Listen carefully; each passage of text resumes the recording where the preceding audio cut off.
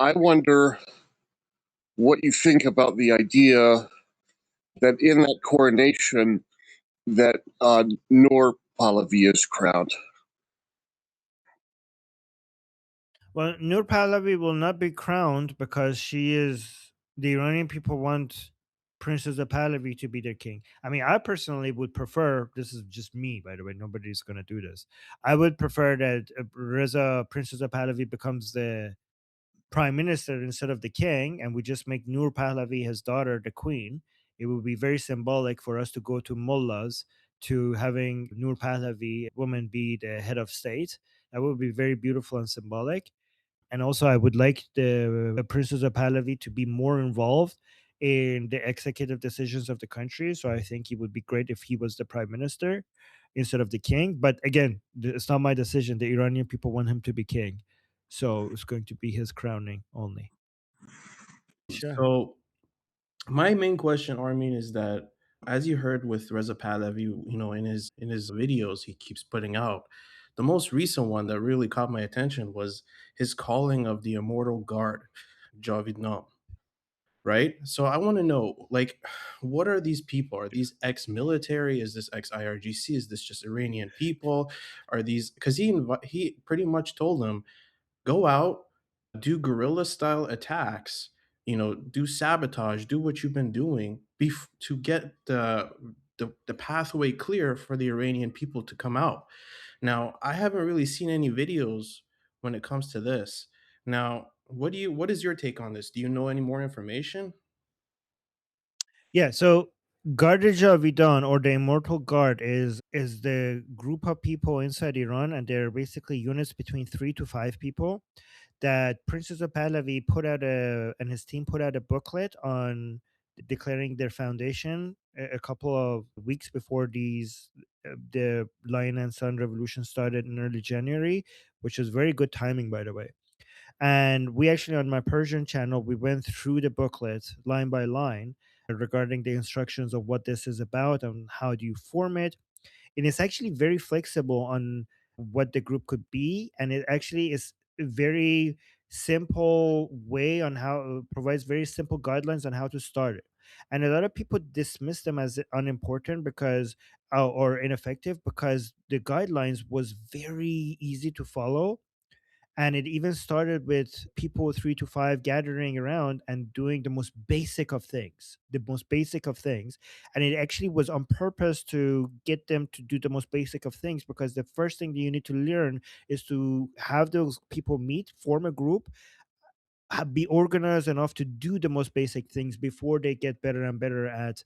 But it was also very good in providing them the details on how to organize these small groups while being safe and while making sure that there's no electronic track of doing this. So it was a practice. Before we got practiced on doing some serious activities, they were practicing on just meeting without getting caught and doing simple operations, very simple operations, right?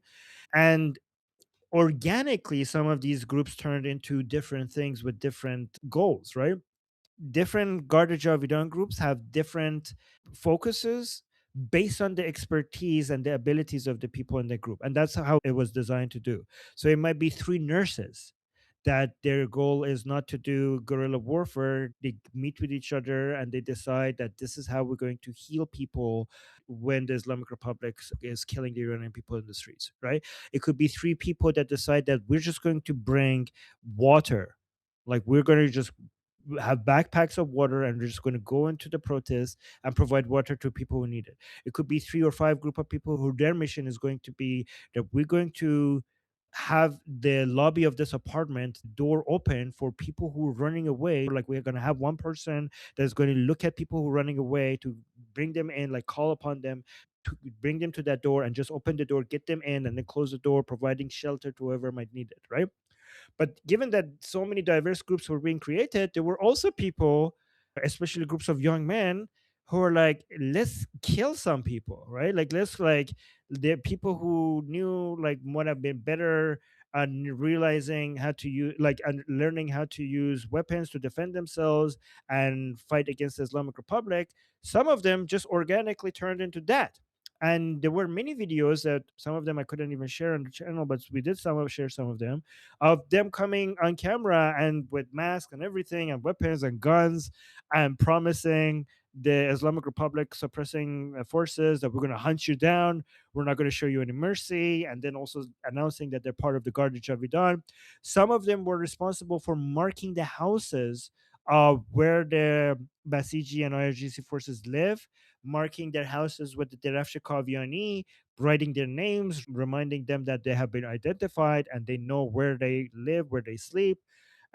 So we had those elements of that as well. So when Princess of Pahlavi is calling upon Garde Javidan to do whatever they can to do asymmetric guerrilla warfare against the regime forces before he gives the call to action. This is, by the way, also a test to see the abilities. Like, it's like we don't a lot of these information is not intelligence is not available to us until we actually test it out. So Princess of Pahlavi himself didn't know when he gives the call to action early January how many people will show up. Like, everybody was shocked. Like, we were shocked, the Islamic Republic was shocked, the leftists were shocked, and the anti-Pahlavis were shocked, and Princess of Pahlavi was shocked.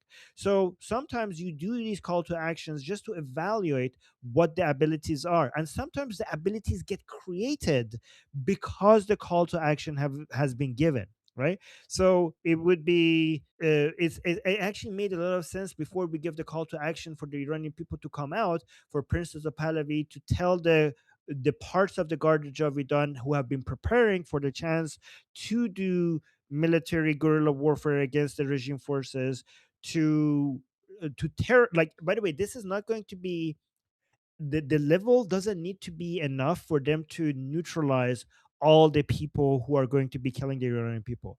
It only needs to be enough for them to terrorize them, to put the fear in their hearts, right? Like, you don't need the Garde Javidan to be so widespread that they're killing so many Basijis that their numbers is meaningfully reduced to the point that there's so less of them that the suppressing power has been reduced because of their numbers being reduced.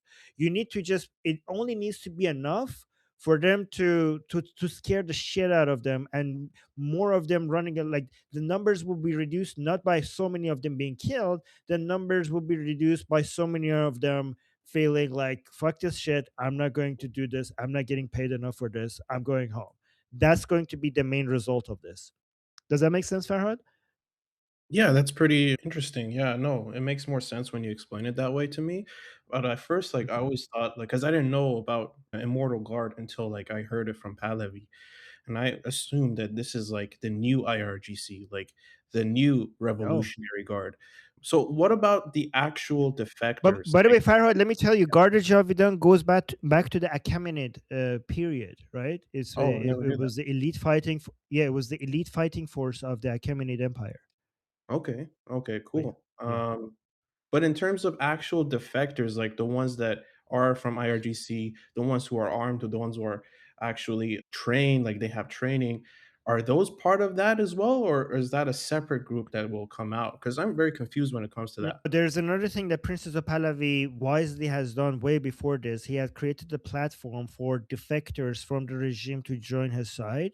And tens of thousands of people have already joined him on the first day that he announced it, way before any of this happened. So, right now, the number is a lot higher. So, at some point, we're hoping that people from the IRGC and Artesh we know that they're already behind the scenes. So many of them have been planning to turn against the regime, and Princess of Pahlavi has confirmed it as well. We don't know exactly how many of them have done so, but the hope is that at the 0 hour of the revolution, there will be many of them joining the side of the people and protecting them with their own weapons. That is different from the Garde Javidan.